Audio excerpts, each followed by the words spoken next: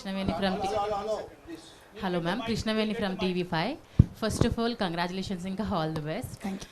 And మీరు ఇప్పుడు మీ dad కాదు బీఆర్ఎస్ అధినేతని ప్రశ్నించాను, నేను విమర్శించాను అంటున్నారు. గత 10 ఏళ్లలో ఇదే పని చేయడానికి మీకు ఏం అడ్డొచ్చింది, ఇప్పుడు ఏం రిలీఫ్ ఇచ్చింది? థ్యాంక్ యూ అమ్మ. ఫస్ట్ ఆఫ్ ఆల్ ఉమెన్ కాబట్టి కంగ్రాచులేషన్స్ చెప్పింది. మా అన్నలు ఎవరు అడిగిన వాళ్ళు క్వశ్చన్స్ ఒక్కరు కూడా కంగ్రాచులేషన్స్ చెప్పలేదు. This point is very well noted. మా పట్ల జరుగుతున్న వివక్షను మేము తప్పకుండా గుర్తుపెట్టుకుంటాం. Second thing, you are very right అమ్మ. As a part of a system, ఏదైనా పార్టీలో ఉన్నా, ఒక ఆఫీస్లో ఉన్నా, ఉదాహరణకి ఇలా మీరు TV5లో పనిచేస్తున్నారమ్మా, మీ చైర్మన్ గారు తీసుకున్న నిర్ణయం మీకు ఏదైనా నచ్చదు అనుకోండి, వెళ్ళి చైర్మన్ ఛాంబర్లో చెప్తారు, సార్ ఇది బాగాలేదు సార్, కింద రెస్పాన్స్ బాగాలేదని. ఎట్ ఎనీ కాస్ట్ రెస్పాన్స్ బాగున్నా లేకపోయినా మీరు ఆ ప్రోగ్రామ్ చేయాల్సిందే అంటే చేస్తారు కదా, ఎందుకంటే ఆ పార్ట్ అండ్ పార్సల్ ఆఫ్ TV5లో మీరు ఉన్నారు కాబట్టి చేస్తారు. నేను part and parcel of KCR గారి పార్టీలో ఉన్నప్పుడు అనేక అంశాలు వోకల్గా వారికి చెప్పిన, కొన్ని అంశాలు ప్రూఫ్స్తో సహా జరుగుతున్నటువంటి అవినీతి మీద, జరుగుతున్నటువంటి అక్రమాల మీద ప్రూఫ్స్తో సహా కూడా ఇవ్వడం జరిగింది. చర్యలు తీసుకోలేదు, వారి నిర్ణయం అది, నాకు వారంత జ్ఞానం లేదు. మా బాస్గా ఉన్నటువంటి వ్యక్తి తీసుకున్న నిర్ణయానికి కట్టుబడ్డం అన్నది డెఫినెట్గా ఆ టైంలో నా డ్యూటీ, చేయాల్సిందే, చేసిన నేను నా డ్యూటీ. అందుకోసం నేను తెలంగాణ ప్రజలకు క్షమాపణ కూడా చెప్పాను. నేను ఇంకొంచెం గట్టిగా ప్రయత్నించి ఉండాల్సింది, ఇంకొంచెం గట్టిగా నా వాయిస్ రేజ్ చేసి ఉద్యమకారుల పట్ల పనిచేయాల్సింది, ఇంకొంచెం గట్టిగా నా వాయిస్ రేజ్ చేసి అమరవీరుల కోసం పనిచేయాల్సిందని ఓపెన్గా నేను అమరవీరుల స్తూపం దగ్గర క్షమాపణ చెప్పిన. ఇవాళ కూడా నేను చెప్తున్నా, నేను చెప్పే ఈ పాంచజన్యం కావచ్చు, నేను చెప్పేటటువంటి ఉద్యమకారులది, అమరవీరులది, భూ నిర్వాసితుల పట్ల నేను కమిట్మెంట్తో లేకపోతే, నేను చెప్పే ఈ వల్నరబుల్ సెక్షన్స్ దగ్గర కమిట్మెంట్తో లేకపోతే, పక్కకే అసెంబ్లీ ఉంది, అసెంబ్లీ ముంగట్నే అమరవీరుల స్తూపం ఉంది, అదే స్తంభానికి నన్ను గట్టేసి రాళ్లతో కొట్టమని తెలంగాణ ప్రజలందరికీ నేను విజ్ఞప్తి చేస్తూ ఉన్నాను. ఎందుకోసం అంటా ఉన్నా అంటే, నేను ఒక కమిట్మెంట్తో వచ్చిన వ్యక్తిని. ఆనాడు ప్రశ్నించలేదు కాబట్టి ఈనాడు ప్రశ్నించొద్దు అని అంటే అట్లా కుదరదు. First of all, the strongest weapon in this world is not a gun, it is the ability to question. If you don't have that courage to question, there is nothing you can do. ప్రశ్నతోనే ప్రతిదీ ప్రారంభమవుతుంది. ఇవాళ నేను ప్రశ్నిస్తున్నా, ఖచ్చితంగా ఒక మార్పు వస్తుంది. వెళ్ళే డైరెక్షన్లో 100 మంది 100 అంటారు, 100%. వాటిని అన్నింటినీ I have to take it in good taste, but then I will keep forging ahead. Thank you. Congratulations. Thank you. చూసిరా, ఆడబిడ్డలు కంగ్రాట్స్ చెప్తురా అన్న, అన్యాయం అన్న. నా పేరు శైలజ ఫ్రమ్ 99 టీవీ. సో మీరు పార్టీ ప్రకటించిన రోజు పాంచజన్యం అని చెప్పేసి కూడా 5 పెట్టారు. సో దాంట్లో ఎందుకు మహిళా రిజర్వేషన్లకు సంబంధించి పెట్టలేదనేది కూడా ఒక ప్రశ్న. అంటే గతంలో జంతర్ మంతర్ దగ్గర కూడా కవిత మహిళా రిజర్వేషన్ల కోసం కొట్లాడిన పర్సన్. సో పాంచజన్యంలో మహిళా రిజర్వేషన్లకు సంబంధించి ఎందుకు మీరు ఆ పేరు అనేది మెన్షన్ చేయలేదని చెప్పేసి క్వశ్చన్. మహిళ అనేది ప్రత్యేకంగా మెన్షన్ చేసే కేటగిరీ కాదమ్మా. ప్రతి అంశంలో, విద్య అయినా, వైద్యమైనా, సామాజిక న్యాయమైనా, ఉపాధి అయినా, వ్యవసాయమైనా, ప్రతి దాంట్లో మహిళలదే ప్రాధాన్యత. ఇలా వ్యవసాయం అనగానే, రైతు అనగానే అందరూ మొగ రైతు బొమ్మేస్తారు. కానీ ఇంట్లో ఆడవాళ్ళు పొలంలో పని చేయకుండా ఒక్క గింజ కూడా బయటికి రాదు. అది గ్రౌండ్లోకి పోయి చూసేటటువంటి వ్యక్తిగా మా మహిళా రైతులు ఎంత కష్టపడతారో నేను చూస్తున్నాను. ఇవాళ వ్యవసాయం కోసం నేను చెప్పే ప్రతి విషయం, విద్య కోసం నేను చెప్పే ప్రతి విషయం, నేను మళ్ళీ ఒకసారి మొత్తం నా స్పీచ్ అయ్యాక కూడా చెప్పాను. ఈ అన్ని అంశాల్లో అండర్ కరెంట్గా పురుషులకు ఎంత అవకాశం వస్తుందో మహిళలకు కూడా అంతే అవకాశాలు ఇస్తాను. నేను ఒక మహిళగా ప్రత్యేకంగా మహిళల గురించి చెప్పే అవసరం లేదు. డెఫినెట్గా నా మైండ్ ఫస్ట్ మహిళల దిక్కే పోతుంది, మహిళల కోసమే పనిచేస్తుంది. ఆ ప్రయారిటీ ఖచ్చితంగా ఉంటుంది. అది పొలిటికల్ పొజిషన్స్లో అయినా సరే, ఫైనాన్షియల్ ఎంపవర్మెంట్ స్కీమ్స్ అయినా సరే, సోషల్ జస్టిస్ అయినా సరే.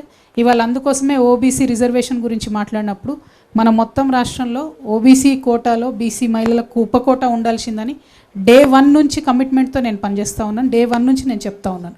సో ఆటోమేటిక్గా నా మనసు మహిళల దిక్కే గుంజుతుంది. ప్రత్యేకంగా నేను చెప్పినా చెప్పకపోయినా మా అక్క చెల్లెలు అనేటటువంటి వాళ్ళు నాకు ప్రయారిటీ అంశంగా ఉంటారని మాత్రం తెలియజేస్తాను. మల్లికార్జున్ రెడ్డి, సాక్షి చీఫ్ రిపోర్టర్ని. మీకు కంగ్రాచులేషన్ చెప్తున్నాను. థ్యాంక్ యూ అన్న. బలవంతంగా చెప్పించుకుంటున్నట్టు కదా. 2 ప్రశ్నలు. ఒకటి ఏంటంటే, గతంలో కేసీఆర్ గారు పార్టీ పెట్టడం అంటే పాన్ డబ్బా పెట్టినంత ఈజీ కాదని అన్నారు. అంటే ఒక పార్టీ నడపాలంటే చాలా రిసోర్సెస్, చాలా వ్యూహాలు, ఎత్తుగడలు ఎన్నో అవసరం ఉంటాయి. ఒక మహిళగా అట్లాంటి శక్తి సామర్థ్యాలు మీరు ఉన్నాయని అనుకుంటున్నారు. రెండోది వచ్చేసి అంటే దానికి అది అంటే మీ కార్యాచరణ ప్రణాళిక అనేది పార్టీని నడపడంలో ఎట్లా ఉండబోతుంది. రెండోది వచ్చేసి ఏంటంటే, పాంచజన్యం అనేది ఒక ఎన్నికల టైంలో ఇచ్చే హామీలాగానే ఉంది, కానీ ఒక సైద్ధాంతిక భూమిక ఉన్నంత అంటే ఒక అంత గ్రావిటీ లేదు అనే ఒక విమర్శ కూడా వస్తుంది. దాని మీద మీరేం రిప్లై చేస్తారు?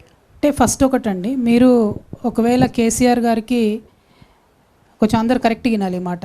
ఒకవేళ కేసీఆర్ గారికి నా ప్లేస్లో కొడుకుండు ఉంటే, ఇలా ఆయన పార్టీ పెడితే మీరు ఇట్లాంటి ప్రశ్న అడిగేవాళ్ళు కాదు. మీరు అడగడమే ఏం అడుగుతున్నారు, ఒక మహిళగా మీకు పార్టీ నడిపే శక్తి సామర్థ్యం ఉందా అని అడుగుతున్నారు. మహిళగా దేశాన్ని నడిపే శక్తి సామర్థ్యం ఉందని చెప్పి ఇందిరాగాంధీ గారు నిరూపించిండ్రు, జయలలిత గారు నిరూపించిండ్రు, మమతా బెనర్జీ గారు నిరూపించిండ్రు. అనేక మంది మహిళలు ఈ రాష్ట్రంలో ముఖ్యమంత్రులుగా దేశానికి అనేకమైనటువంటి వన్నెలు తెచ్చినటువంటి మహిళలు ఉన్నారు. వారందరి స్ఫూర్తితో పనిచేస్తాం. ఖచ్చితంగా మేము ఎవ్వరికి తీసిపోకుండా ఏ ఒక్క అంశంలో కూడా ఒక proper main stream political party ఎట్లా నడుపుతారో పురుషులు అంతకన్నా బాగానే నడుపుతాం తప్ప తక్కువ నడపమనే విశ్వాసాన్ని నేను మా ప్రజలకు కల్పించదలుచుకున్న ఫస్ట్ థింగ్. సెకండ్ థింగ్, పాంచజన్యం అనేటటువంటి దానికి ఉన్నదే సైద్ధాంతిక పునాది. అధర్మం పైన యుద్ధం, అవినీతి పైన యుద్ధం. అవతల పక్క ఉన్నవాడు మనవాడే. ఇయ్యాలేంది అంతకుముందు ఆంధ్రోల మీద పంచాయతీ, మనకి ఇప్పుడు ప్రతి పార్టీ తెలంగాణ వాడే కదా, మనోళ్ళ మీదనే పంచాయతీ అయినా సరే అవినీతి మీదైనా అధర్మం మీదైనా శంఖం పూరించాల్సిందే, యుద్ధం చేయాల్సిందే. ప్రధానంగా సొసైటీలో ఒక హ్యాపీనెస్ ఎట్లా రావాలి, ప్రజలు ఇమీడియట్గా కోరుకుంటున్నది ఏంది అని అడ్రస్ చేయనటువంటి పొలిటికల్ పార్టీసు కాలగర్భంలో కలిసిపోతుంది.